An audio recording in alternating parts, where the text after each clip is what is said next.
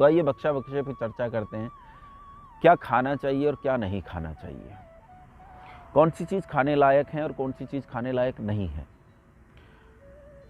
क्या मेरी भोजन की प्लेट में होना चाहिए और क्या मेरे समाज की भोजन की प्लेट में होना चाहिए।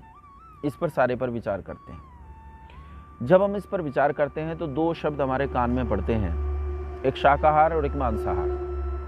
ये शब्द खूब फैले हुए हैं समाज में और लोग बड़ा पक्ष लेते हैं। कुछ लोग शाकाहार का पक्ष लेते हैं, कुछ लोग मांसाहार का पक्ष लेते हैं। जो लोग मांसाहार का पक्ष लेते हैं वो कहते हैं कि मांस में एक सुपाच्य प्रोटीन है। वो कहते हैं मांस में प्रोटीन बहुत ज़्यादा मात्रा में है, जिससे शरीर बहुत जल्दी बिल्डअप होता है। अंडा खाने वाले लोग भी यही दुहाई देते हैं कि उसमें प्रोटीन बहुत ज़्यादा है और कई तरह के हड्डियों के लिए और दूसरी चीज़ों के लिए बड़ी लाभदायक चीज़ें अंडे के भीतर मौजूद हैं। और सबसे बड़ा तर्क जो दिया जाता है वो यही मांस और अंडे में दिया जाता है कि मांस और अंडा दोनों सुपाच्य प्रोटीन है। ये एक तर्क दिया जाता है। जो शाकाहार वाले लोग हैं वो तर्क ये देते हैं कि ये प्रोटीन आपको कहीं और भी मिल जाएगा। लेकिन आओ आज इस चीज़ को अच्छे से समझते हैं। सबसे पहले अंडे को समझते हैं, अंडा क्या है, और फिर समझेंगे हम मांस को, मांस क्या है। अंडा क्या होता है, थोड़ा सा एनाटॉमी और फिजियोलॉजी समझने की कोशिश करेंगे। जितनी मैंने किसी से पूछ के जानी है या पढ़ के जानी है उतनी मैं आपको बता देता हूँ। जैसे मनुष्य में दो होते हैं, एक नर और एक मादा। तो मनुष्य में जो स्त्रियां होती हैं उन स्त्रियों में पेट थोड़ा सा अलग होता है पुरुषों के मुकाबले, उसकी संरचना अलग होती है। पेट में वहाँ यूट्रस बच्चेदानी होता है, बच्चेदानी की बराबर में फैलोपियन ट्यूब्स होती हैं और ओवरी होती हैं। इन ओवरी में से ओवा या एग भी कह सकते हैं, आप अंडा कह सकते हैं, ओवा कह लीजिए, एग कह लीजिए, अंडा कह लीजिए। उस ओवरी में से एग चलकर फैलोपियन ट्यूब के रास्ते बच्चेदानी में आता है, यूट्रस में आता है। या यूट्रस में वो प्रतीक्षा करता है कि स्पर्म आ जाए तो स्पर्म के साथ ये फ्यूज़ होकर फिर बेबी बन जाता है, बच्चा बन जाता है। अगर स्पर्म नहीं आता तो ये ओवा क्या करता है कि जो पिछले 14-15 दिन में कंस्ट्रक्शन हुई है यूट्रस के अंदर, क्योंकि यूट्रस अपने आप को तैयार करता है कि ओवा आ गया है तो शायद यहाँ बच्चा बनेगा, बच्चा डेवलप होगा, इसलिए यूट्रस की जो त्वचा है और आसपास का जो सराउंडिंग्स है उसमें बहुत पोषक तत्व इकट्ठे हो जाते हैं उसके पोषण के लिए। लेकिन जब स्पर्म नहीं आता और ओवा के साथ फ्यूज़ नहीं होता तो उस स्थिति में ये ओवा इस सारे पोषक तत्वों को लेकर या कहिए यूट्रस की पूरी वाल को लेकर नीचे गिर जाता है, शरीर से बाहर गिर जाता है। और ये क्रम 4 से लेकर 6 दिन तक चलता है। इसे मेंसिस कहते हैं, मेंस्ट्रुअल साइकिल कहते हैं, मासिक धर्म कहते हैं, माहवारी कहते हैं। ये बहुत सारे पशु पक्षियों में होता है। मुर्गी में भी इसी तरह ओवा बनता है, अंडा बनता है और मुर्गी इस ओवा और अंडे को रिलीज करती है। अब अंडे दो प्रकार के होते हैं, एक वो जो निषेचित हो जिनसे मुर्गा बन जाए, बच्चा बन जाए, चूजा बन जाए, एक वो जो निषेचित नहीं होते। तो अगर ये निषेचित है तो उसमें से चूजा बनेगा, तो चूजा खा लेना एक कहाँ की बुद्धिमत्ता है कि आपने किसी दूसरे के बच्चे को खा लिया और आपकी शरीर उससे बन रहा है, आपकी शरीर बिल्डिंग, आपने हिंसा कर दी, आपने अष्टांग योग के यमों के पहले ही पायदान को भंग कर दिया, आपने अहिंसा का भंग कर दिया, आपने अकारण किसी जीव की हत्या कर दी केवल इसलिए कि आपको स्वाद आ गया, आपका शरीर बन जाएगा।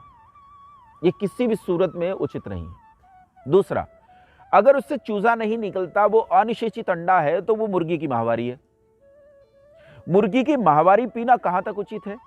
कहाँ तक आप मुर्गी की माहवारी पी के आप कह रहे हैं बड़ी ताकत आ रही है, कमाल की ताकत ले रहे हो, ये बहुत समझदारी की ताकत है जो आपको आ रही है मुर्गी की माहवारी से। इसके साथ मुर्गी को लोग कहते हैं जी इसमें प्रोटीन होता है, मैं प्रोटीन खाना चाहता हूँ, तो भाई प्रोटीन खा ले सीधा। कहाँ से आता है प्रोटीन? तो मुर्गी से अंडा बना, तो अंडे में प्रोटीन मुर्गी से आया। मुर्गी कहाँ से लाई? तो मुर्गी नालियों में घूमती है, वहाँ खंखार खाती है, लार खाती है, गंदी चीज़ें खाती है, शौच खाती है, बलगम खाती है और गंदी से गंदी चीज़ें उसमें से चुनकर खाती है। इससे मुर्गी प्रोटीन तैयार कर रही है, वो प्रोटीन ट्रांसफ़र कर रही है अंडे में, उस अंडे को आप खा रहे हो। तो बीच में इतनी दलाली छोड़ दो, आप सीधे नाली में पहुँचो और जितना प्रोटीन पड़ा है सारा खाओ। लेकिन क्या खा पाओगे? नहीं खा पाओगे। आप वहाँ यही तर्क दोगे कि ये अभक्ष है, ये खाने लायक पदार्थ बिल्कुल नहीं है, ये आप तर्क दोगे कि वो खाने लायक नहीं है। लेकिन कई महाशय बहुत बड़े विद्वान होते हैं, मैंने उनसे कहा कि आपको प्रोटीन चाहिए तो आप दालें खाइए, आप सोयाबीन खाइए, आप राजमा खाइए, आप चने खाइए, इनमें खूब प्रोटीन है, आपको अच्छा प्रोटीन मिलेगा। तो कहते हैं अच्छा इनमें प्रोटीन है, ठीक है मैं ये प्रोटीन खाऊंगा, लेकिन मैं अंडा भी खाऊंगा। मैंने कहा आप तो प्रोटीन दे दिया, अब अंडा क्यों खाओगे? तो कितना अंडा भी खाऊंगा मुझे जहां से प्रोटीन मिलेगा मैं तो वहीं से प्रोटीन खाऊंगा।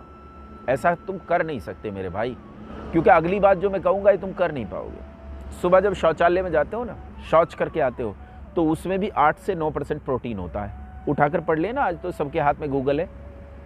8 से 9% प्रोटीन होता है उसमें। अगर तुम जहां से प्रोटीन मिलेगा वहां से खाओगे तो इसे नहीं खा पाओगे, क्योंकि तुम कहोगे ये अभक्ष है, खाने लायक पदार्थ नहीं है। मैं भी बस आपसे यही कह रहा हूं कि जो अंडा और जो मांस आप खा रहे हो ये अभक्ष है। जो मांस आप खाते हो सुपाच्य भोजन है, सुपाच्य प्रोटीन है, ऐसा कह के खाते हो। ये सुपाच्य नहीं, आपके लिए इतना हानिकारक है जितनी हानिकारक कोई वस्तु हो सकती है। आपके मुख से लेकर आपकी एनस तक जो आपकी आहार नाल है, इस आहार नाल को शाक खाने के लिए डिजाइन किया गया है, मांस खाने के लिए डिजाइन नहीं किया गया है। अगर इसे मांस खाने के लिए डिजाइन किया गया होता तो इसकी लेंथ बहुत कम होती, लेकिन इसकी लेंथ बहुत ज्यादा होती है, जो फाइबर पचाने के लिए अनुकूल है। इसलिए आपको फाइबर खाना चाहिए, और फाइबर मांस में नहीं होता, शाक में होता है। आपके दांत, आपके कैनाइन टीथ जिन्हें कीले कहते हैं, ये कीले आपके भेड़िए जैसे नहीं है, गीदड़ जैसे नहीं है, कुत्ते जैसे नहीं है, क्योंकि मांस को चीरने के लिए कीलों को डिजाइन किया जाता है। वो डिजाइन आपके दांतों का नहीं है, आपके दांतों का डिजाइन चबाने का है, और चबाया शाक को जाता है, मांस को नहीं। मांस को चीरा जाता है। ना तो आपके जबाड़ों को इस तरह से डिजाइन किया है, तो आपका जबाड़ा इस तरह से डिजाइन नहीं किया गया है, आपके दांत इस तरह से डिजाइन नहीं किए गए हैं कि आप मांस खाएं, आपकी आंत इस तरह से डिजाइन नहीं की गई है कि आप मांस खाएं। फिर आप मांस खरीद के लाते हैं, आप बीमार पड़ जाते हैं, डॉक्टर के पास जाते हैं, आपको कई बार ब्लड की ज़रूरत होती है, डॉक्टर ब्लड चढ़ाता है, लेकिन क्या ब्लड निकाल के किसी का सीधा चढ़ा देता है? ना, पहले वो ब्लड बैंक जाता है। ब्लड बैंक में क्लिनिकली उसे टेस्ट किया जाता है, उसमें कितनी बीमारियां हैं, क्या समस्याएं हैं, क्या क्षमताएं हैं, क्या योग्यताएं हैं, क्या अयोग्यताएं हैं, सब चेक किया जाता है। दिनों तक वहां रहता है, कई दिनों तक वहां रहता है, तब जाकर उस ब्लड को पूरी तरह टेस्ट करके और तब आपको दिया जाता है, तब चढ़ाया जाता है। लेकिन आप जो मांस खरीद के लाते हो, क्या आपने क्लिनिकली टेस्ट कराया? ये जो लोग जो मांस खाते हैं, क्या ये क्लिनिकली टेस्ट कराते हैं? कोई नहीं कराता क्लिनिकली टेस्ट। और जब नहीं कराते तो वो सारी बीमारियां जो उस ब्लड में हो सकती थी वो सारी इस मांस में होंगी, और ये सारी बीमारियां आपके शरीर में जाएंगी। एड्स हो जाएगा आपको, एड्स हो जाएगा आपको। जितनी बीमारी की समस्या और कष्ट से मरोगे, उससे ज्यादा बदनामी से मरोगे। इसीलिए ये अंडा और मांस खाने लायक पदार्थ नहीं है। खाने लायक पदार्थ वही है जो परमात्मा ने हमारे लिए उत्पन्न किया है। परमात्मा ने हमारे लिए शाक और पत्तियां उत्पन्न की हैं, यही हमारे लिए खाने लायक है, यही खाना चाहिए। अब यहाँ एक चीज़ जो ये मेरा अपना व्यक्तिगत मत है, मैं आप लोगों के बीच में मुझे लगता है ये जो शाकाहार और मांसाहार ये एक षड्यंत्र है। इन शब्दों को जब रखा जाता है तो ये एक बहुत बड़ा षड्यंत्र है कि जब भोजन को शाकाहार और मांसाहार में बांटा जाता है। क्योंकि जब आपको भोजन को शाकाहार और मांसाहार में बांटा जाता है, आपको दो जगह फंसाया जाता है। पहली जगह वो आपसे पूछते हैं इन पेड़ पौधों में जीवन है या नहीं है, तो हिंदू माइथोलॉजी में पेड़ पौधों में जीवन माना जाता है। अब जब पेड़ पौधों में जीवन आप स्वीकार कर चुके हो, तो अब्दुल आपसे कहता है कि देख भैया, बकरे में भी जीवन है, पालक में भी जीवन है। ऐसा ही तूने बकरे को काट लिया और ऐसा ही पालक को काट लिया। जब दोनों को काटना, जीव की हत्या करना है, तो बकरे काटने में और पालक काटने में कोई अंतर नहीं। यदि मैं पापी हूं तो तू भी पापी है। जब ये शाकाहार और मांसाहार की टर्मिनोलॉजी आप लाते हो तो यहां फंसते हो। यह आपको फंसाने के लिए जानबूझकर प्लांट की गई टर्मिनोलॉजी है। दूसरी, मांसाहार, जब आपका बच्चा अपनी मां का दूध पीता है या आप गाय का, भैंस का दूध पीते हो, तो वो कहते हैं ये बता ये दूध कहाँ से रिस कर आया? तो हम कहते हैं ये गाय से रिस कर आया या मेरी माँ के शरीर से रिस कर आया। तो फिर वो कहते हैं कि ये जो दूध रिस कर आया ये मांस में से रिस कर आया। इसीलिए ये दूध भी मांसाहार का एक हिस्सा है। इसीलिए मैं कहता हूँ कि शाकाहार और मांसाहार ये दोनों शब्द ये टर्मिनोलॉजी आपको फंसाने के लिए किया गया षड्यंत्र है। हमारे यहाँ कहीं भी शास्त्र में शाकाहार और मांसाहार शब्दों को नहीं प्रयोग किया गया है। हमारे यहाँ तो 2 शब्द प्रयोग किए गए हैं, भक्ष और अभक्ष। क्या खाना चाहिए और क्या नहीं खाना चाहिए। मांस और अंडा अभक्ष है, नहीं खाना चाहिए, वेद इसका निषेध करता है, नहीं खाना चाहिए। वेद दूध को भक्ष में रखता है। वेद हमें पीने की आज्ञा देता है कि दूध पिया जा सकता है। दूध न शाकाहार में आता है न मांसाहार में आता है, दूध तो दुग्धाहार में आता है।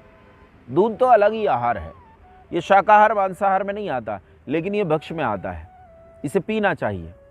रही बात इस चीज़ की कि पौधों में जीवन है या नहीं, तो पौधों को खाने की वेद हमें अनुमति देता है। पहली तो बात ये, वेद ने अनुमति दे दी। हमारे सारे जो सनातन धर्म के शास्त्र हैं, उन सारे शास्त्रों ने हमें अनुमति दे दी कि शाकपात हमें खाना चाहिए। तो पहली चीज़ तो ये कि वो भक्ष के अंतर्गत आ गया। दूसरा, उसके अंदर जो चेतन है, वो चेतन इतनी गहरी सुषुप्ति अवस्था में है कि उसे पीड़ा या दर्द महसूस नहीं होता। हिंसा उसे कहते हैं कि जब आपने किसी को दुख दिया हो।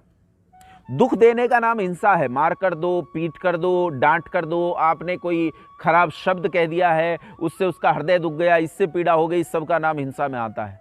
लेकिन उसे पीड़ा महसूस ही नहीं होती है, और जब पीड़ा महसूस नहीं होती है तो हम इसे फिर हिंसा के अंतर्गत नहीं रखते हैं। जैसे सामान्य रूप से आप अपने बाल कटाते हैं, आपको पीड़ा महसूस होती है। आप अपने नाखून काट लेते हैं पके हुए, आपको पीड़ा महसूस होती है। ये शरीर का हिस्सा है।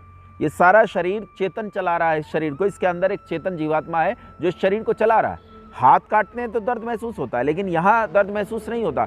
जैसे इनमें संवेदना नहीं है, वैसे ही शाक के पूरे शरीर में संवेदना नहीं होती, और संवेदना नहीं होने से उसे पीड़ा का अनुभव नहीं होता, इसलिए वहाँ हिंसा नहीं होती, वो अहिंसा है।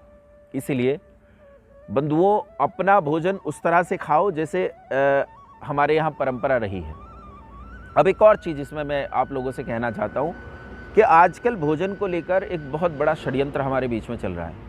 आप जब सड़क से गुजरते हैं तो बहुत सारे होटल देखते हैं, सड़क के किनारे अब ठेलियाँ लगी देखते हैं। इन ठेलियों पर खुलेआम अंडे बिकते हैं, मांस पर दुकानों पर खुलेआम मांस टंगा हुआ बिकता है, और ये मांस टंग रहा है। अब वहाँ एक और शब्द देखते हैं, वहाँ 2 शब्द आपको मिलते हैं लिखे हुए, एक हलाल और एक झटका। हलाल वो होता है जो मुसलमानों के खाने लायक हो, और झटका वो होता है जो मुसलमानों के खाने के अंतर्गत नहीं आता, मुसलमान इसे हराम कहता है। यानी जो अन्य मांसाहारी मनुष्य हैं वो खाते हैं तो उसे झटके के अंतर्गत रखते हैं। जैसे हमारे यहाँ सिख लोग खाते हैं झटका वटका करके। और ये जो हलाल है ये मुसलमानों का खाना है, ये भी इनकी अपनी इकोनॉमी है। इस हलाल शब्द को इन्होंने इतना प्रचारित कर दिया है कि आज स्वामी रामदेव जी तक को भी अपने प्रोडक्ट्स पर हलाल शब्द का प्रयोग करना पड़ रहा है। ये मजबूरी है हमारी। इसीलिए आप ये जो अभक्ष पदार्थ हैं जितने के जितने हैं, आप इनका पूरी तरह बहिष्कार करो, और ऐसा कोई भी पदार्थ जिस पर हलाल शब्द लिखा हो उसे कतई खरीदने का प्रयास मत करना। उसमें मांस या मांस से संबंधित पदार्थ हो सकते हैं।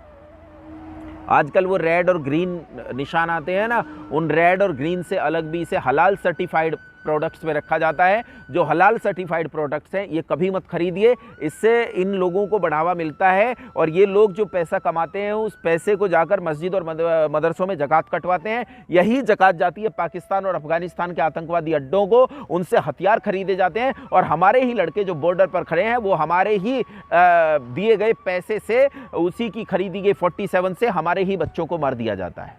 इसलिए मेरा आपसे निवेदन है कि ये मुद्दा केवल खाने से जुड़ा हुआ नहीं है, ये राष्ट्र रक्षा से जुड़ा हुआ मुद्दा है। आप दुकान से जो खरीदते हैं, आपकी प्लेट में क्या रखा है, ये बहुत ज़रूरी चीज़ है कि आप इसे नोटिस करें। आपकी प्लेट में वो पदार्थ है जो इस देश को बचा सकता है, या आपकी प्लेट में वो पदार्थ है जो इस देश को डुबो रहा है। क्या आपकी प्लेट में? हाँ, कुछ चीज़ों से मुझे आपत्ति है। एक बार एक मोदी जी ने भी एक बात कहा था कि किसी को दूसरे की प्लेट में झांकने का अधिकार नहीं है। बिल्कुल है मुझे झांकने का अधिकार। मैं बिल्कुल झांकूंगा कि इसकी प्लेट में क्या रखा है। अगर किसी की प्लेट में गाय का मांस रखा है तो मुझे झांकने का पूरा अधिकार है। मैं झांकूंगा, इसका विरोध करूंगा, चाहे मेरे प्राण चले जाएं तब भी मैं इसका विरोध करूंगा। आप अपनी मान्यताओं, अपनी परंपराओं को बचाने के लिए हद दर्जे तक जाइए। नहीं जाओगे तो कुछ भी बचने वाला नहीं है। इस देश में कभी 100% हम ही लोग होते थे, आज हम हाशिए पर चले गए हैं, 78% के आसपास हम पहुंच गए हैं। उनकी संख्या बढ़कर कितनी पहुंच गई है आप देख लीजिए। 17% 1947 में मुसलमान पाकिस्तान में थे, वो 17% मुसलमान हिंदू, माफ़ कीजिए, पाकिस्तान जब अलग हुआ भारत देश से, तो उस समय पाकिस्तान में 17% हिंदू थे। वो 17% हिंदू आज घटकर 1 से 1.5% रह गए हैं और इस देश में रहने वाले मुट्ठी भर मुसलमान 35 से 40 करोड़ हो गए हैं। और ये 35 से 40 करोड़ इसलिए हुए हैं क्योंकि हमने उनकी परंपराओं में बहकर उनके घरों में धन पहुंचाना शुरू किया और आज वो एक इकोनॉमी खड़ी कर चुके हैं, मांस का एक व्यापार खड़ा कर चुके हैं। जब आप में से कोई एक अंडा खाता है तो समझ जाइए आप देशद्रोह के हिस्सेदार बन जाते हैं। आप जब मांस खाते हैं तो समझ जाइए आप देशद्रोह के हिस्सेदार बन गए हैं। आप उन लोगों का साथ दे रहे हैं जो लोग इस देश की जड़ें काटने का काम कर रहे हैं। इसलिए इस मांसाहार और अंडे से तौबा कीजिए। अभक्ष की श्रेणी में बहुत कुछ आता है। फिर कभी किसी और समय पर आपसे चर्चा होगी। अभी के लिए इतना ही। बहुत धन्यवाद। नमस्ते।